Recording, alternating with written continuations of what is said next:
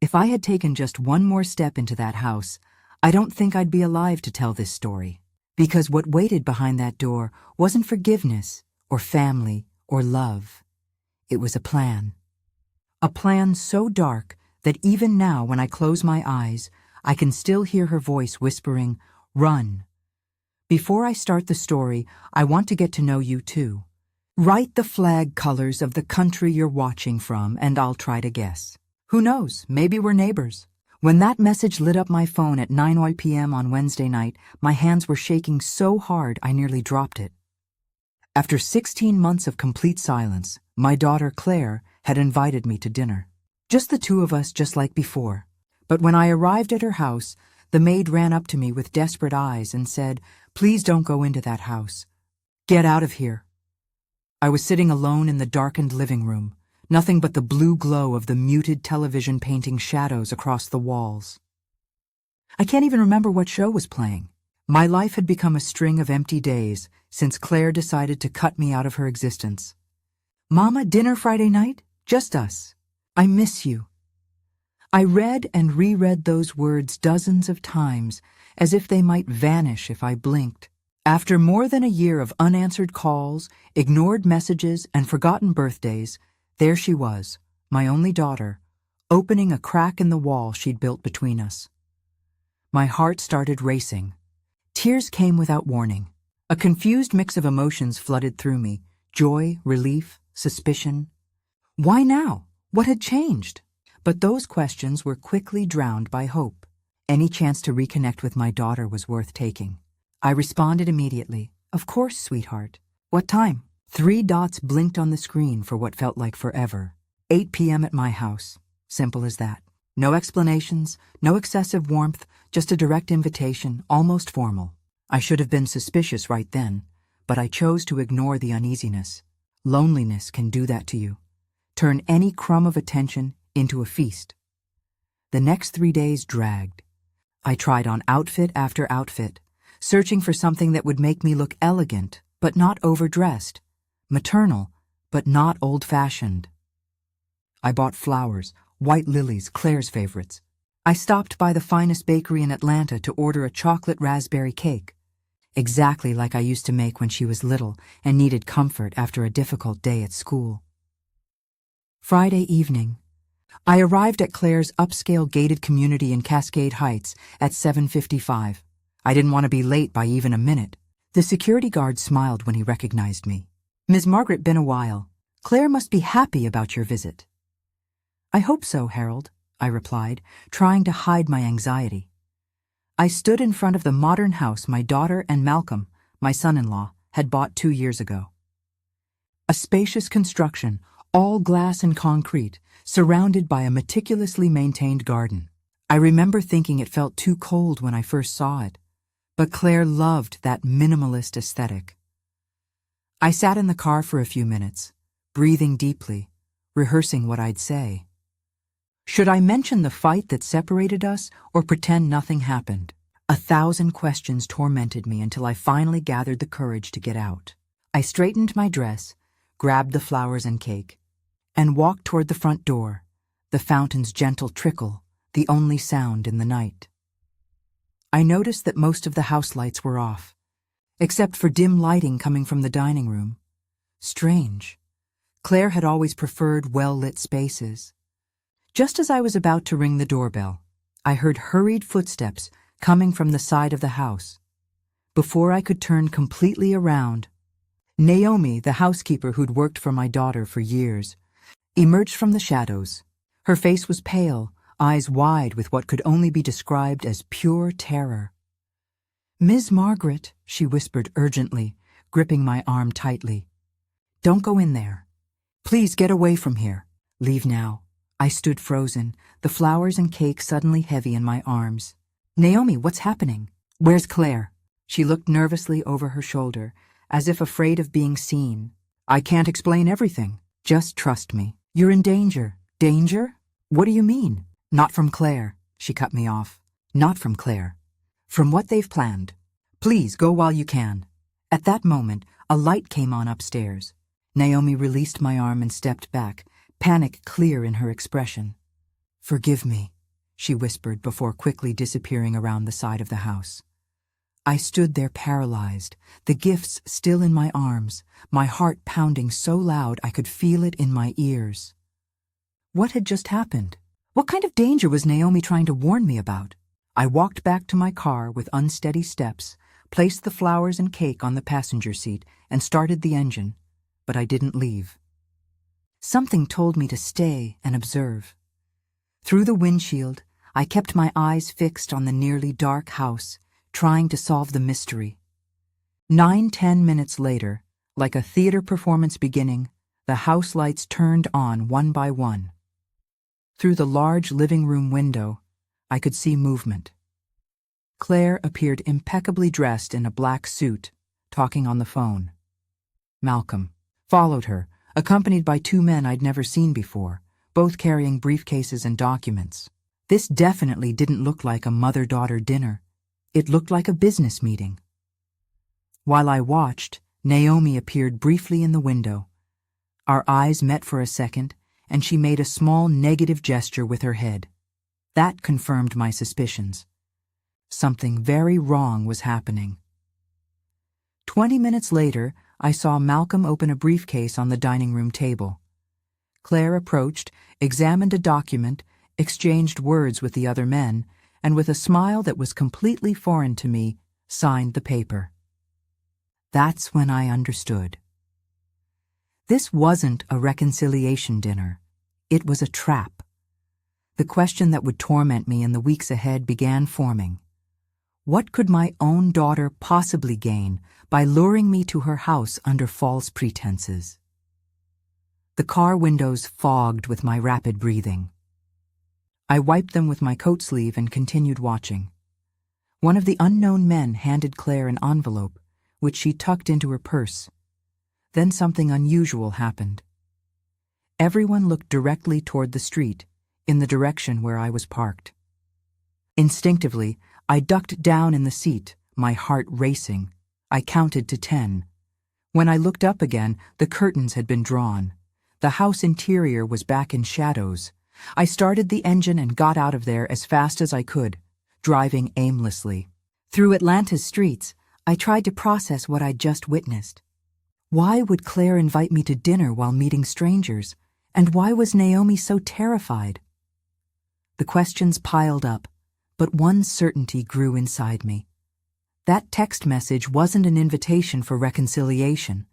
It was the first move in a dangerous game whose rules I didn't even know. When I got home hours later, I couldn't sleep. I stayed awake, mentally reviewing the events of recent months, searching for clues I might have ignored. The fight that separated us started over something seemingly trivial, the sale of the family home in rural Alabama. After my husband Harold's death 3 years ago, I was alone in that enormous house filled with memories. Claire insisted I sell it, claiming it would be better for me to live closer to her in a smaller, safer apartment. I refused. Every corner of that house held memories of Harold, of our life together, of Claire's childhood. "Mama, it doesn't make sense for you to cling to an empty house," Claire argued that fateful day. "It's not empty," I responded. "Your father is there." Malcolm, always practical and cold, intervened. "Miss Margaret, it's not healthy to live in the past. If we sell the property, we can invest the money and secure your future." "We?" I questioned, staring at him. "Or do you want to decide what to do with what's mine?" Claire slammed the table, furious. "Enough, Mama. If you prefer to live among ghosts, live. But don't expect me to stand around watching you destroy yourself." That was the last real conversation we had before the silence that lasted over a year, until that text message arrived. The next morning, the first thing I did was try calling Naomi. I needed to understand what was happening. She didn't answer. I tried again throughout the day, but it always went to voicemail. That evening, I received a message from an unknown number. "Old diner near Atlanta Station. Tomorrow, 11 a.m. Come alone." I felt it was Naomi, and this might be my only chance to discover the truth. The old diner was a discreet, antiquated place, almost forgotten in time. Hazy windows filtered the midday light, creating a golden, dusty atmosphere.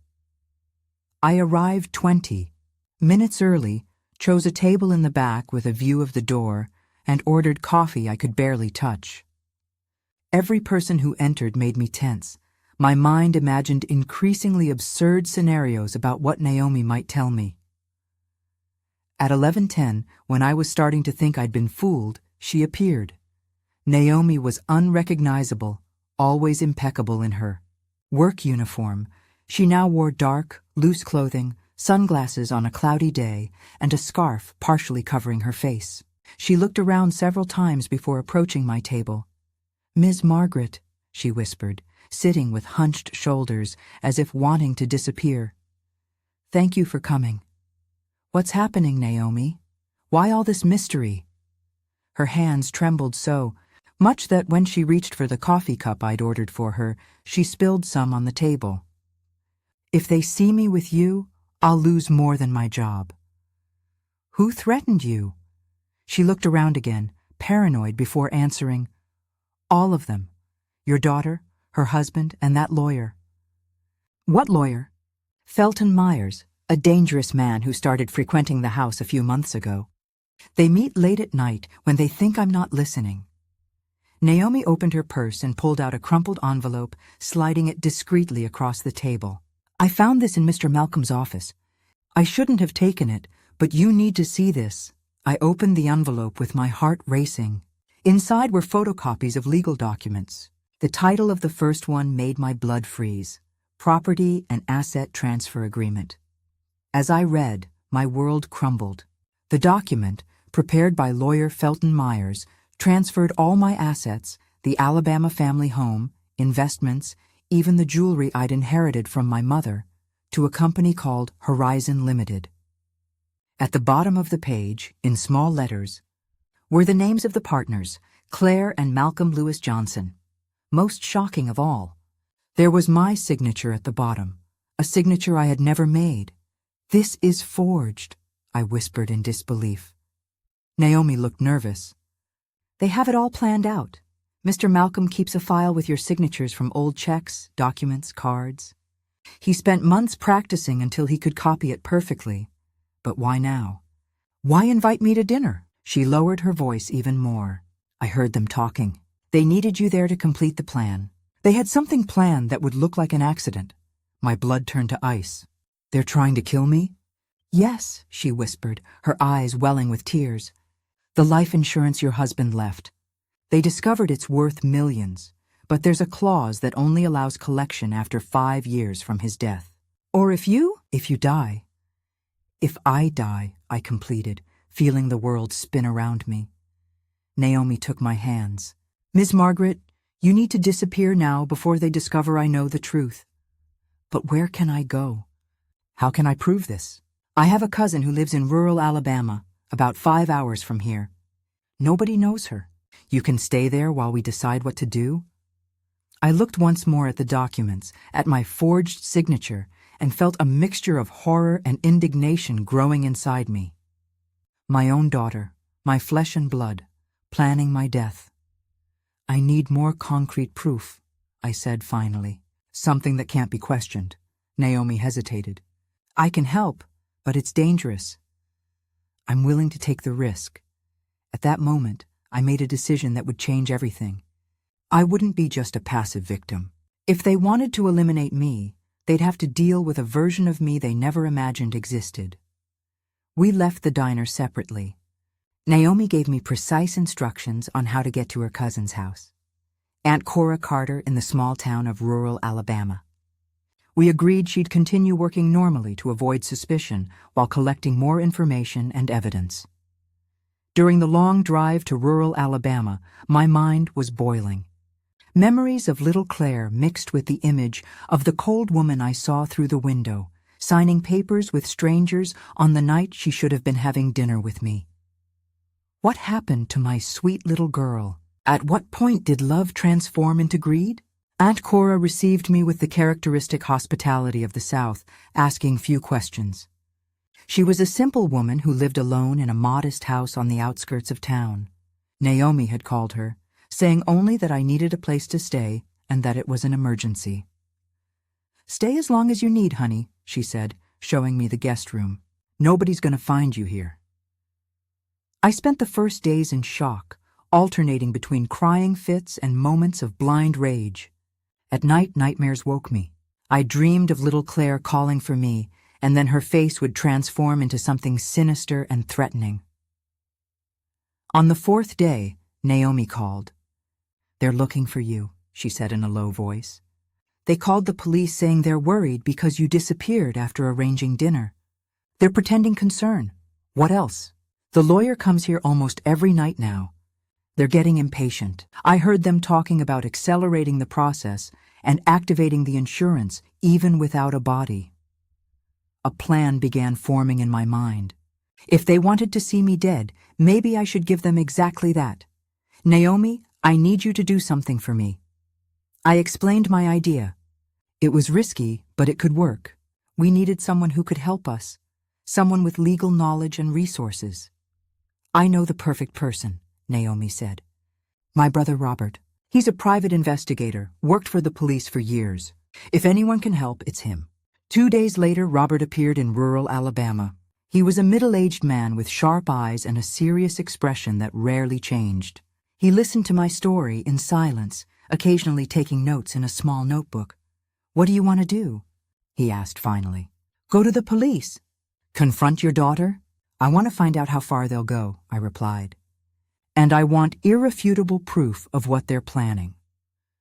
Robert explained that a police report at that moment probably wouldn't amount to much. It was my word against theirs, and well-made forged documents could be difficult to prove as fraudulent. "We need to catch them red-handed," he said, "and for that, you'll need to disappear officially." "What do you mean?" "Fake your death." The proposal left me breathless. Faking my own death was so absurd, so extreme. But when I thought about the alternatives, I realized it might be the only way to expose the truth. Robert explained the plan with meticulous detail. We'd use his contacts in the police and coroner's office to create false records. A car accident on a deserted road, a body unrecognizable due to burns. Identification only through personal objects and documents. When they believe you're dead, they'll let their guard down, he explained. That's when we'll document everything. The asset transfers, insurance claims, everything. The idea terrified me, but it also gave me a strange sense of power. For the first time since discovering the betrayal, I was acting instead of just reacting. What about my house, my things? For now, it's better that everything remains as is, Robert said. Let them think they've won. We'll watch them, document every step, build a solid case. In the weeks that followed, Robert and his small team orchestrated my death. A car similar to mine was found burned in a ravine 200 kilometers from the city. My documents and personal belongings that Naomi had managed to get from my house were recovered from the wreckage. The news spread quickly. "Woman missing for 2 weeks found dead in car accident," announced the local newspapers. From the small television in Aunt Cora's house, I watched the press conference that Claire and Malcolm gave. My daughter, dressed in black with dark glasses hiding her eyes, spoke with a choked voice. "Mama was a difficult woman, but we loved her very much. We're devastated." Malcolm, beside her, added, "We tried to get closer in recent times, but she was distant. It's a tragedy that we only realize how much we love someone when it's too late." Their words sounded so false, so rehearsed, that I felt nauseous. Who were these people? How didn't I notice what was happening right under my nose? While the world believed in my death, I watched from afar through the eyes and ears of Naomi and Robert. What I discovered in the following days confirmed my worst fears. Claire and Malcolm didn't waste time. Just 3 days after the official announcement of my death, they were already at lawyer Felton Myers's office, initiating procedures for asset transfer and life insurance activation. Robert managed to install recording equipment in the lawyer's office and obtained irrefutable proof of the conspiracy. In one of the recordings, I heard my daughter's voice with chilling clarity. Thank God she never suspected anything. If she had entered that night, we would have had problems. Relax, Malcolm replied. Now, it's just a matter of time until we have everything. What if someone questions the signatures? Impossible. They're perfect. Besides, who's going to defend a dead woman? Every word from them was like a stab, but instead of destroying me, it strengthened me. Pain gave way to determination. I wouldn't allow them to get away with it. With the evidence gathered by Robert, we began planning the final phase, my resurrection and the public exposure of the entire conspiracy. But before we could act, something unexpected happened. Naomi called me in panic. Miss Margaret, they found out. I don't know how, but they suspect you're alive. What do you mean? I heard Malcolm on the phone. He said, I'm sure there's something wrong with the report. We need to make sure she's really dead. My blood froze. The plan needed to be accelerated.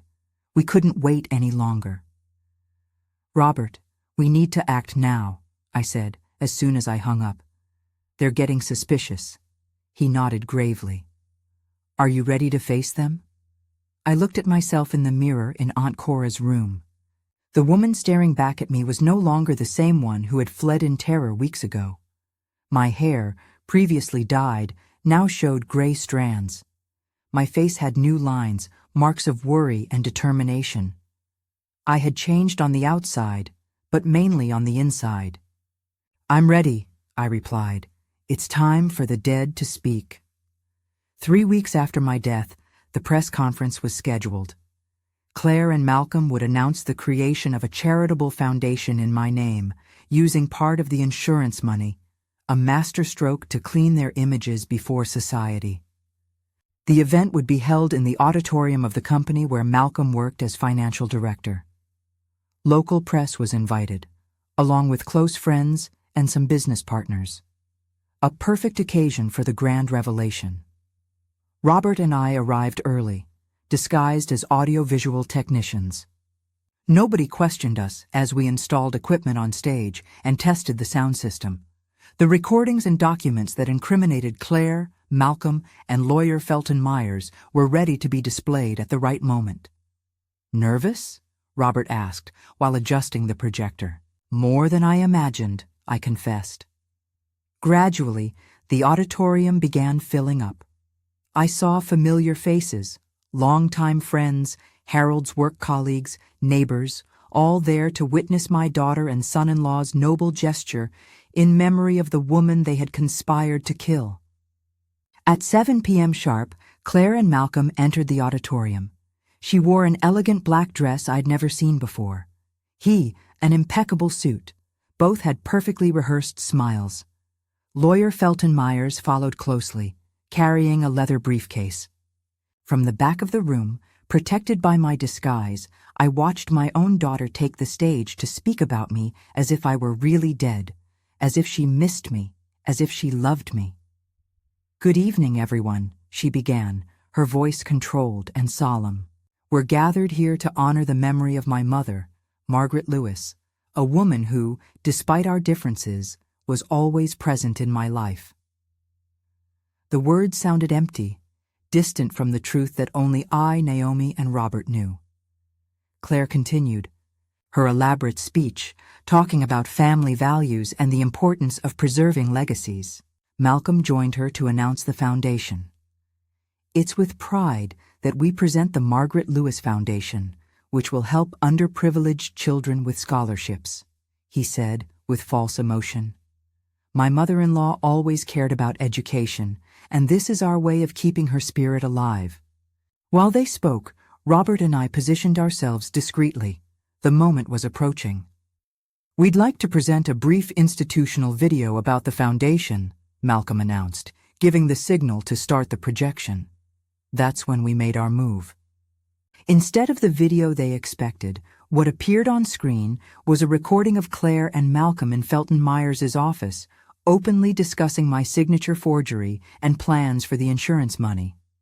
With the old woman out of the way, we'll have access to everything, Ricardo's voice said, loud and clear through the sound system. The house, the investments, the insurance is worth millions. The auditorium plunged into stunned silence. Claire froze on stage, her face pale. Malcolm desperately tried to interrupt the projection, but Robert had blocked the controls. What now? "Is this?" Felton shouted, advancing toward the sound booth. "Turn this off now." But it was too late. The evidence continued unfolding on screen.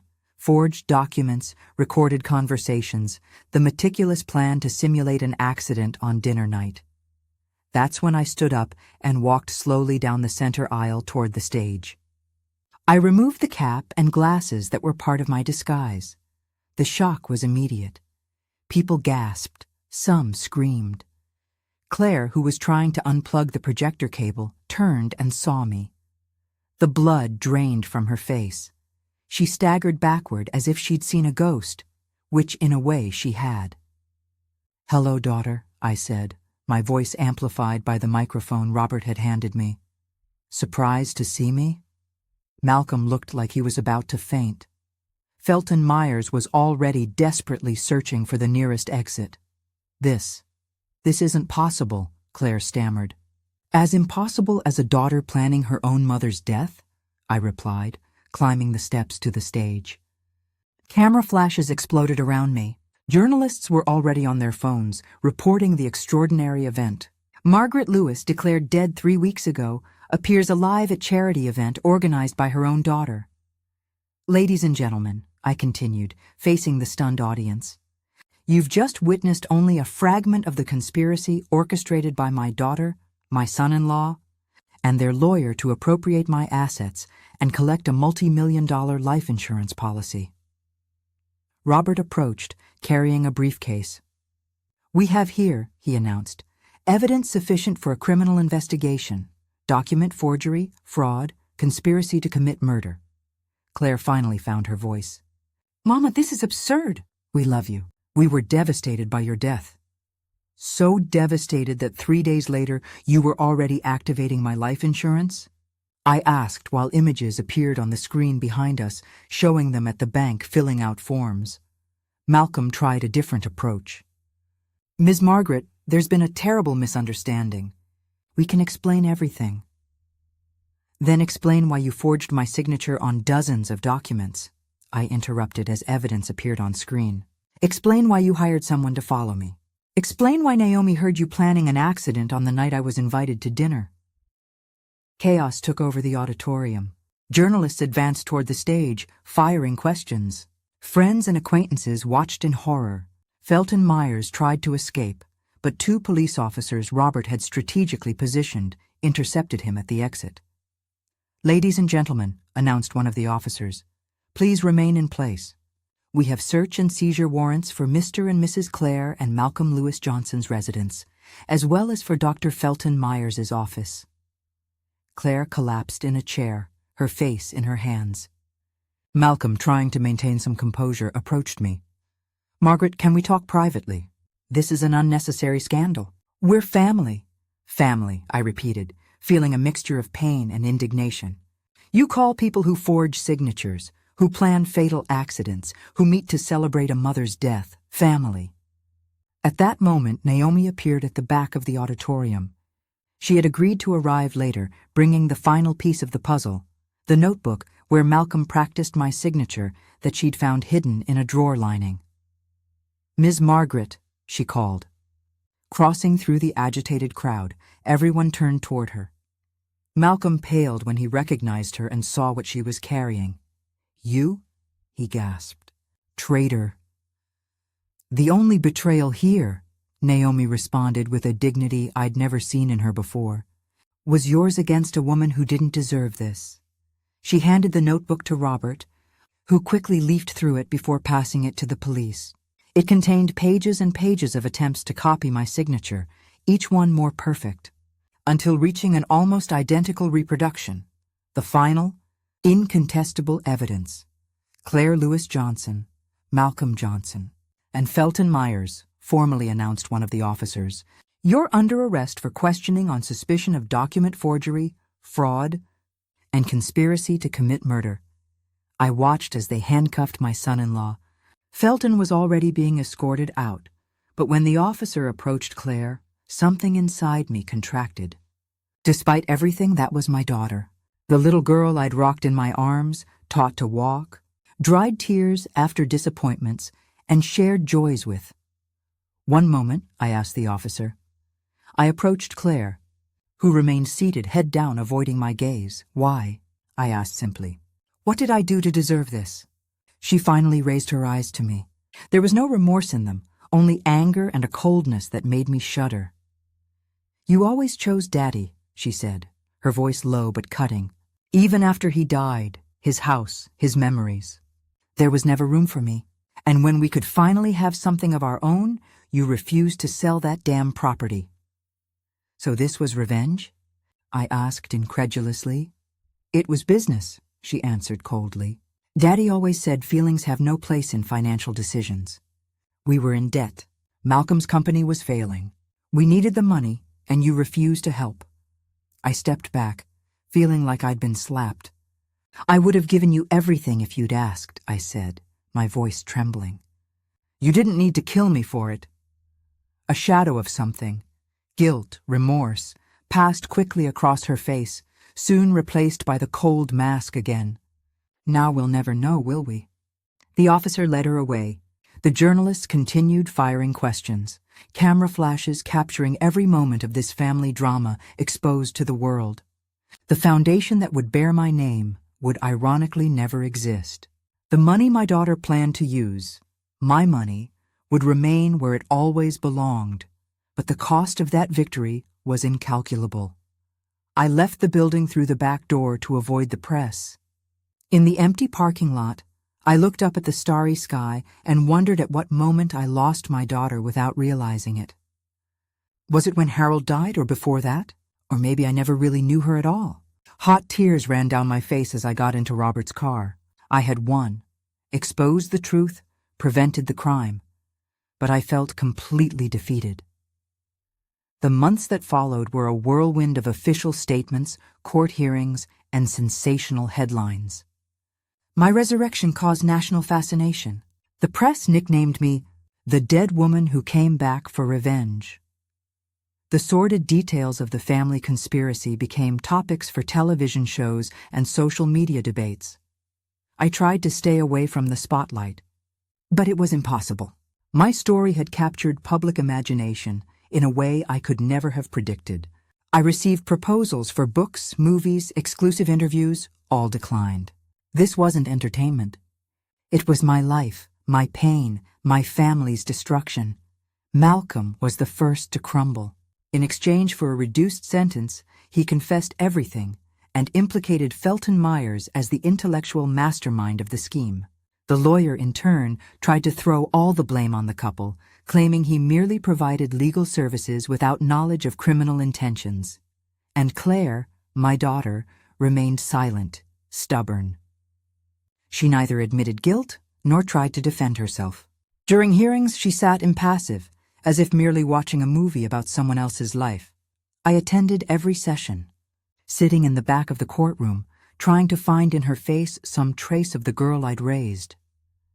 Something that would tell me this had all been a terrible mistake, a temporary possession by someone she wasn't. One particularly difficult afternoon, after brutal testimony from Naomi detailing conversations she'd overheard about plans for my accident, I couldn't take it anymore and left the courthouse before the session ended. I walked aimlessly through the streets, ending up in a small park where Claire used to play as a child. I sat on a weathered bench and let the memories return. Claire at 6, with braids and scraped knees, chasing soap bubbles. Teenage Claire, proudly showing off first place in a poetry contest. Adult Claire, radiantly happy at her wedding to Malcolm, a man Harold and I initially admired for his intelligence and ambition. Where did everything go wrong? How didn't I notice the subtle changes, the distancing, the growing coldness?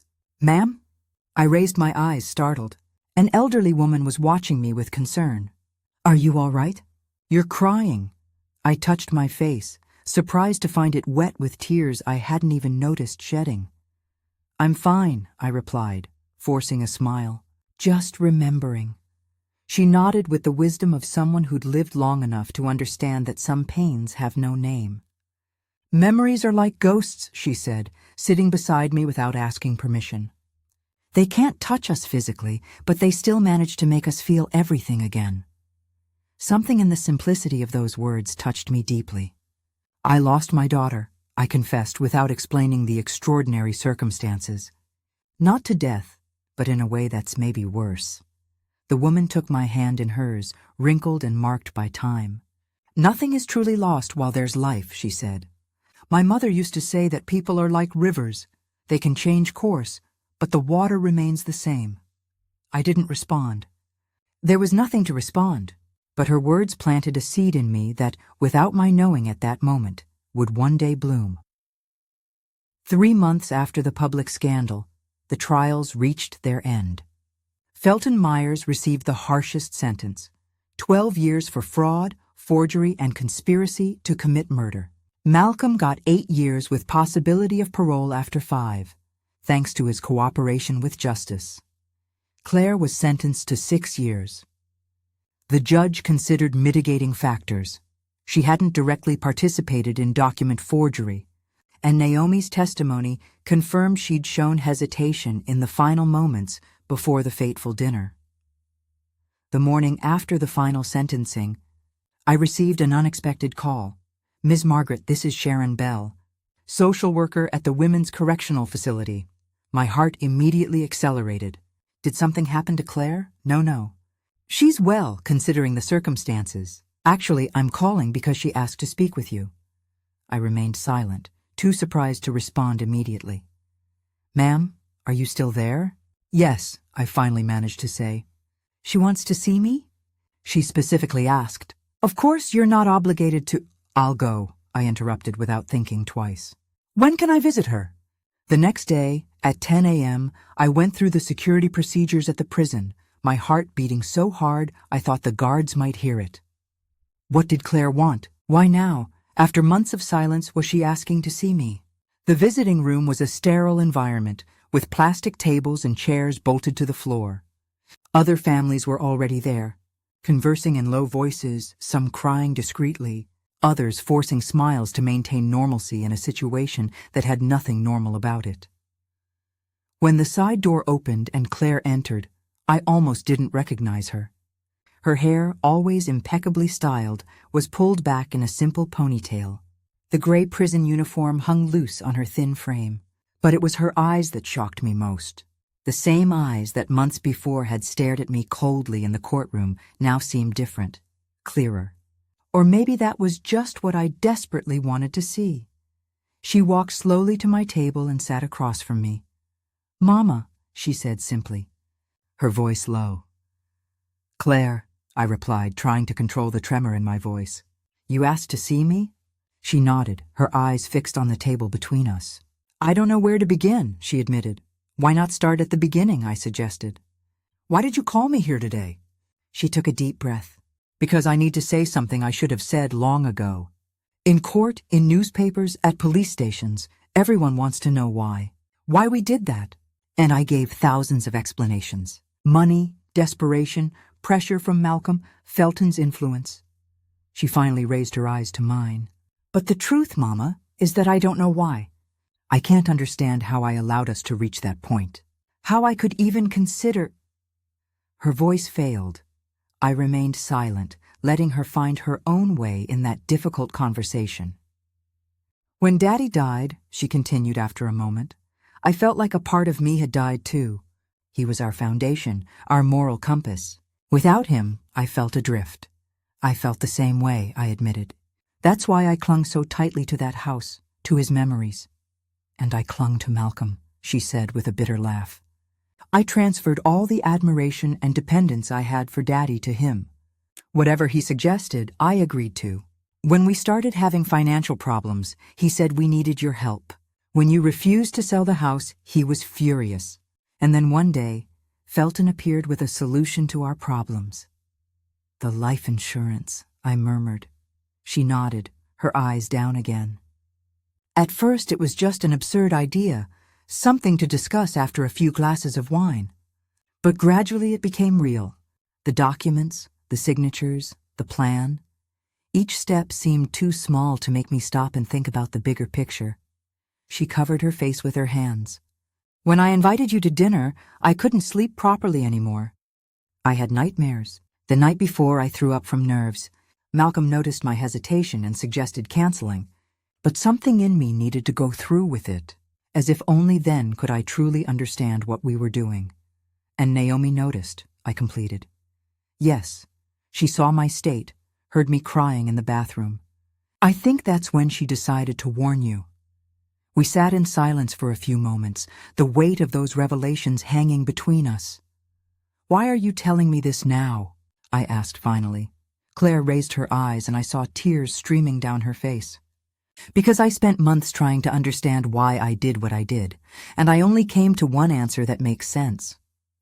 It wasn't me.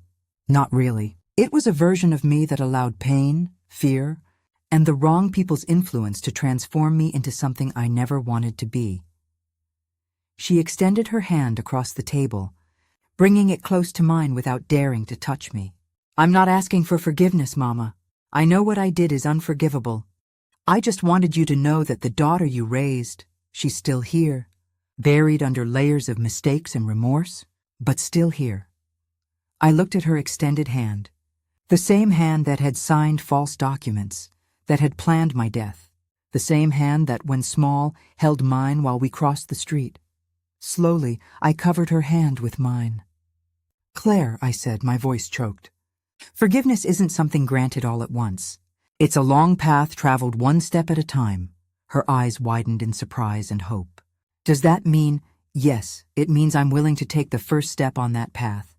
The rest, only time will tell.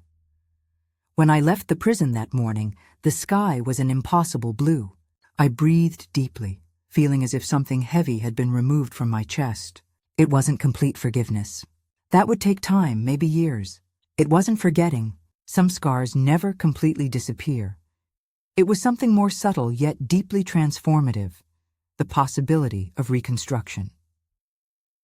6 months after my visit to Claire, I moved to a small apartment near downtown Atlanta.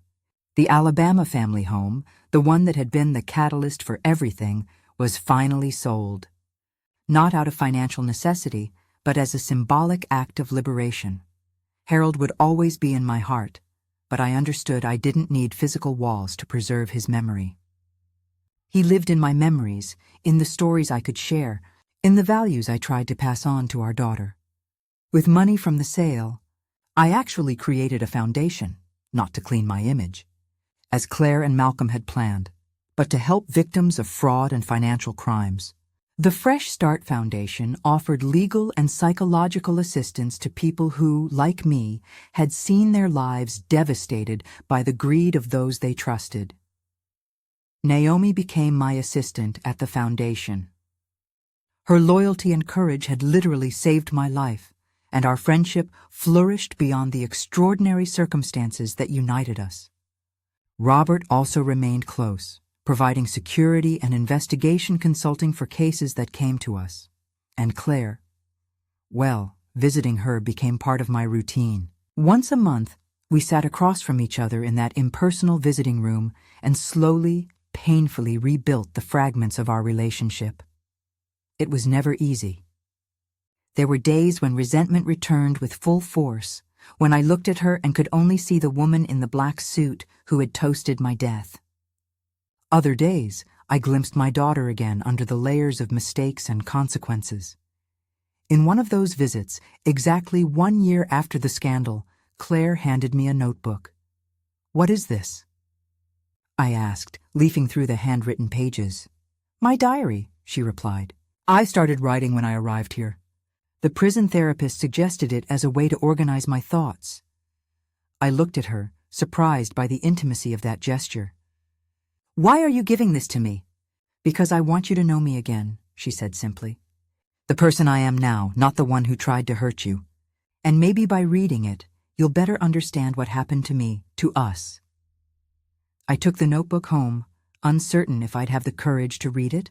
For days, it remained on my nightstand, silently staring at me until, on a sleepless night, I finally opened it. The first entry was from the day Claire was arrested. I don't know who I am anymore. The woman I've known all my life, the one who looked in the mirror every morning, who married in white, who had plans and dreams, seems like a stranger now. How could I transform into someone capable of planning my own mother's death? At what moment did money, status, and wrong influences corrupt me so much? There's no justification, no explanation that makes sense. I can only think of the look in her eyes when she saw me on that stage. A look that wasn't of hatred, as I would expect, but of such deep pain that it made me realize, perhaps for the first time, the monstrosity of what I did. I read the entire diary that night, the pages becoming increasingly wet with my tears. I saw genuine remorse, confusion, the search for answers that might never come completely. I saw a woman trying to understand how she allowed herself to be consumed by greed and resentment. On the last page, I found a letter addressed to me. Mama, I don't know if you'll ever read these words, or if even reading them you'll be able to believe them, but I need to write them anyway. Do you remember when I was 8 and broke that antique porcelain from Grandma? I lied, saying the cat had knocked it over. You knew I was lying. You always knew when I was lying. But instead of forcing me to confess, you sat with me and said, Claire, the most serious mistake isn't breaking something valuable, but breaking the trust of someone who loves you. I never forgot those words, though I clearly forgot their meaning over the years. What I did is unforgivable. I broke not only your trust, but the sacred bond between mother and daughter. I destroyed our family. And why? For money that would never bring me happiness, for influence from people who never really cared about me, for a distorted vision of what success means. The letter continued. Today, sitting in this cell, I have nothing but time to reflect on my choices, and I realized something important. Even in the darkest moments, when we were planning the unthinkable, there was a part of me screaming to stop, a voice muffled by ambition and fear, but one that never completely fell silent. That voice, I believe, is the daughter you raised? The girl who knew the difference between right and wrong, who valued love above possessions, who felt proud to have parents like you and Daddy. I'm working so that voice becomes dominant in me again. Not to reduce my sentence or improve my situation, but because I want to be worthy of the love I received from you, even if I never deserve it again. With eternal regret and undying love, Claire. I closed the notebook and pressed it against my chest, crying like I hadn't cried since Harold's death. These weren't just tears of sadness, but of relief, of mourning for everything we'd lost, and of hope for what we might still rebuild. At the next visit, I returned the diary to Claire. Did you read it? She asked nervously. Every word. And instead of answering, I extended my hand across the table and held hers. It was the first true physical contact since everything happened. Her eyes filled with tears. I've been writing too, I confessed. Not a diary, but something like memoirs. Our story from when you were born until now. To understand, to process. Can I read it someday? She asked timidly. When it's ready, I promised. That day, for the first time since our visits began, we managed to smile at each other. A small, hesitant smile, but genuine, a thin thread of connection being restored. The following years brought gradual changes. Malcolm, on parole after 5 years, moved to another state and never contacted Claire again. I learned he remarried and works in a modest position at an accounting firm, far from the ambitious executive I once knew. Felton Myers serves his sentence in a medium-security penitentiary. Occasionally I see his name in reports about fraud schemes similar to what he orchestrated. His case became an example in law schools about professional ethics and the limits of attorney-client privilege. The Fresh Start Foundation grew beyond my expectations. From a small office with 3 volunteers, we expanded to 5 cities with multidisciplinary teams, serving hundreds of people annually. My story, though painful, became a powerful testimony that encouraged other victims to seek help and justice. In her 4th year of sentencing, Claire received news that she'd be transferred to a halfway house for good behavior. The night before her transfer, I called her. I'm nervous, she confessed. Being here is horrible, but at least I know what to expect. Out there, how will people look at me? What will they say? One thing at a time, I advised. Starting over doesn't mean everything will be easy. It just means it's possible. Thank you for not giving up on me, she said. Her voice choked, even when I gave up on myself. On the day of her transfer, I was there to receive her. When she came out of the administrative building, carrying a small suitcase with her belongings, she looked simultaneously older and younger, marked by experiences, but somehow lighter, as if she'd deposited some of her burdens along the way.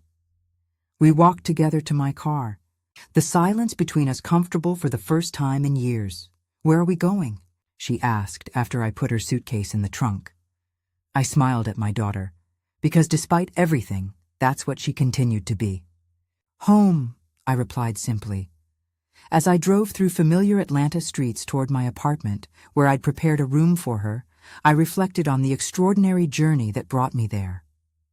From victim to survivor, from survivor to advocate, from betrayed mother to simply mother again. The road ahead would still be long and sometimes difficult. There would be days of doubt, moments of relapse into resentment, scars that would always hurt when touched. But there would also be opportunities for healing, understanding, renewal. Because some stories don't end with happily ever after. Some stories, the truest ones, end with we keep trying. And maybe that, in the end, is the most honest form of love that exists. 3 years after Claire's transfer to the halfway house, our life found a rhythm that, while different from anything we'd known before, finally seemed stable. She worked part-time at the Fresh Start Foundation, where her experience as both former perpetrator and someone in rehabilitation brought a unique perspective to our programs. On Sunday mornings, we walked together in the park near my apartment, where she now occupied a small studio in the same building. These walks became our sacred ritual, a time for reflection, honest conversations, rebuilding bridges burned by the past. Did you see the letter we received yesterday? I asked during one of these walks on a particularly cold autumn morning. From the woman in South Carolina? Yes, I read it before leaving. The letter in question was from an elderly lady who'd been victim of a scheme similar to what almost victimized me. Her own nephew had forged her signature and tried to transfer her savings to an offshore account. Thanks to our foundation's guidance, she managed to prove the fraud and recover her assets. I've been thinking, I continued, watching the golden leaves falling around us. Maybe we should expand our services, offer family mediation for cases where there's still possibility of reconciliation. Claire stopped walking, turning to me with a surprised expression. Reconciliation? You think it's possible after something like this?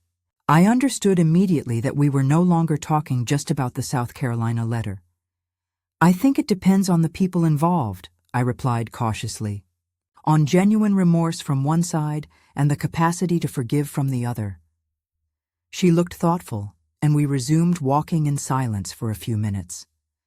Sometimes, she said finally, when I wake up in the morning, for a moment I forget everything that happened. It's like we're still back when we were just a normal family with normal problems. And then you remember? And then I remember, she confirmed with a sigh. And reality hits like a ton of bricks. I took her hand, squeezing it gently, a gesture that had become more natural over time, though still carrying traces of hesitation. I think that's how it'll always be, I said, moments of normalcy interrupted by memory. But maybe, over the years, the moments of normalcy will become longer and the memory less painful. Do you think there will come a day when you can look at me and not see that version of me? The question hung between us, heavy and sincere. I looked at my daughter, now with thin gray threads at her temples, expression lines around her eyes, a calmer, more contemplative gaze than it had ever been. I already see much beyond that version, I replied honestly. I see the child you were, the woman you're becoming, and all the versions in between. It's complicated, imperfect, but real. She smiled, a sad but authentic smile. I think that's what love means, isn't it? Seeing all versions of someone and choosing to stay present, even knowing the worst ones. I didn't respond immediately. That simple observation carried a depth that deserved contemplation. Yes, I said finally. I think that's exactly it. We continued our walk, observing other families in the park. Grandparents with grandchildren, parents teaching children to ride bicycles, teenagers skateboarding under the watchful eyes of worried mothers. Everyday scenes of normal lives that, for a time, seemed completely beyond our reach. I got an email from Malcolm yesterday, Claire commented. Breaking the silence, I felt my body tense involuntarily. Malcolm's name was rarely mentioned between us. What did he want? I asked, trying to keep my voice neutral. To say he's engaged again, and to ask for forgiveness. After all these years, it seems he's going through some kind of 12-step program. Said he needs to make peace with his past to move forward. And how do you feel about that? Claire pondered the question for several steps before answering. Confused, mainly. For years, I transferred all the blame for what happened to him. It was easier to think I was manipulated, influenced, pressured. But the truth is I made my own choices. Every signature, every meeting, every lie was my decision. Responsibility can be shared without being diminished, I observed. You both made mistakes, and Felton too. Yes, but accepting that he was guilty doesn't exempt me from mine. It took me a long time to understand that. We reached the small lake in the park's center, where some ducks swam peacefully. We sat on a bench by the water, contemplating the gentle movement of the ripples. Do you plan to respond to his email? I still don't know, she admitted. Part of me wants to close that door definitively. Another part thinks that if I'm seeking forgiveness for myself, maybe I should be willing to consider others' remorse. There's no right answer for that, Claire. It's a decision only you can make. She nodded, tossing a small piece of bread to the ducks. How are things with the new shelter? She asked, deliberately changing the subject. The Fresh Start Foundation's most recent expansion included a temporary shelter for people who, after being fraud victims, suddenly found themselves without housing or basic resources. Still under renovation, I replied. But we're scheduled to open in 2 months. Naomi is organizing a fundraising event next week. Can I help with that? The question was simple, but the desire behind it was evident. Claire wanted to be useful, contribute positively, somehow compensate for the harm she'd caused. Of course. Naomi will love having your help with preparations. When we returned to the apartment, we found Naomi waiting in the lobby with a large envelope in her hands. Sorry to show up unannounced, she said. But this arrived early today at the foundation, and I thought you'd want to see it immediately. The envelope contained official court documents. The final sentence in the case against Felton Myers had come down. In addition to the crimes for which he'd already been convicted, new evidence had emerged showing a pattern of similar behavior with other families. His sentence had been significantly extended. Justice. Finally, Naomi commented as we read the documents at the kitchen table. Claire remained silent, looking out the window with a distant expression. After Naomi left, she finally spoke. You know what's strange? Seeing justice done doesn't bring the relief we imagine. Felton spending more years in prison doesn't erase what we did. No, it doesn't erase it, I agreed, but it establishes an important truth. Actions have consequences. Mine did too, she said softly, and I continue living with them every day. That night, as we prepared a simple dinner together, something that had become an occasional ritual between us, I realized how much we'd progressed. We were no longer victim and perpetrator, or betrayed mother and fallen daughter. We were two imperfect women trying to rebuild something that had been destroyed, not with the same materials, but with what remained and what we'd found along the way. I've been thinking, Claire said while chopping vegetables, about writing a book about our story, everything that happened from the beginning to where we are now.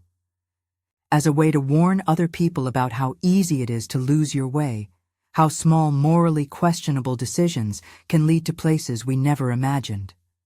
I stopped what I was doing, surprised by the idea. Would you really want to expose all of this publicly? People know what happened, but not the intimate details, she explained. That's exactly why. Headlines showed the crime, the scandal, the sentence, but they didn't show the path there or what came after. I think it could help other people, both potential victims and people being seduced by the idea that the end justifies the means. I considered the proposal. It was risky, certainly. It would reopen wounds, expose vulnerabilities, put us back under public scrutiny. But it also offered an opportunity for reframing, transforming our personal tragedy into a warning, a lesson for others. If you decide to do this, I said finally, I'd like to participate, my perspective along with yours. Her eyes lit up with a mixture of surprise and gratitude. You'd really do that with me? I would. Our story belongs to both of us, and if it can help other people avoid similar paths, it's worth telling. In the months that followed, we began working on the book. The process was therapeutic and painful in equal measure, going over every moment, every decision, every feeling, both from that time and in retrospect, required courage and brutal honesty. Claire recalled how her silent envy of the attention I gave Harold gradually transformed into resentment. How Malcolm perceived that vulnerability and subtly exploited it, initially just suggesting that my refusal to sell the property was selfish senility. How real financial difficulties became justification for increasingly extreme actions. I, in turn, confessed my voluntary blindness to the changes in my daughter. How I ignored signs of her growing materialism and emotional distancing. How I obsessively clung to Harold's memories in the house, without realizing it was pushing away the living daughter who needed me. It's scary how people can become strangers to each other without realizing it. Claire observed during one of our writing sessions. We were mother and daughter, but at some point we became almost enemies without even declaring war. The writing process also brought positive memories long buried under trauma to the surface. Happy birthdays, family trips, small daily moments of affection and complicity. Old photos were unearthed from dusty boxes, bringing back versions of ourselves we'd almost forgotten. What makes me happiest is having you here with me in these stories. Every like or subscribe makes me feel that we're growing together. One photo particularly captured my attention. Claire at 16, sitting next to Harold at the living room piano, both laughing at some private joke. The genuine joy in their faces, the evident connection between father and daughter, contradicted the narrative I'd constructed that Claire had always resented my relationship with Harold. You two always had a special connection, I commented, showing her the photo. Claire took it carefully, as if it were a fragile artifact from a lost time. He taught me to play for Elise that day, she remembered with a soft smile. I was terrible, but he had infinite patience. Why didn't you continue with piano lessons after he died? You had talent. She hesitated, looking at the photo for a few more moments before answering. It was too painful. Playing piano made me feel his absence even more intensely. So I simply stopped. This revelation shed new light on her reaction to Harold's death. While I clung to physical memories, the house, belongings, she had cut off activities that connected them emotionally. Both of us dealing with loss in opposite but equally intense ways.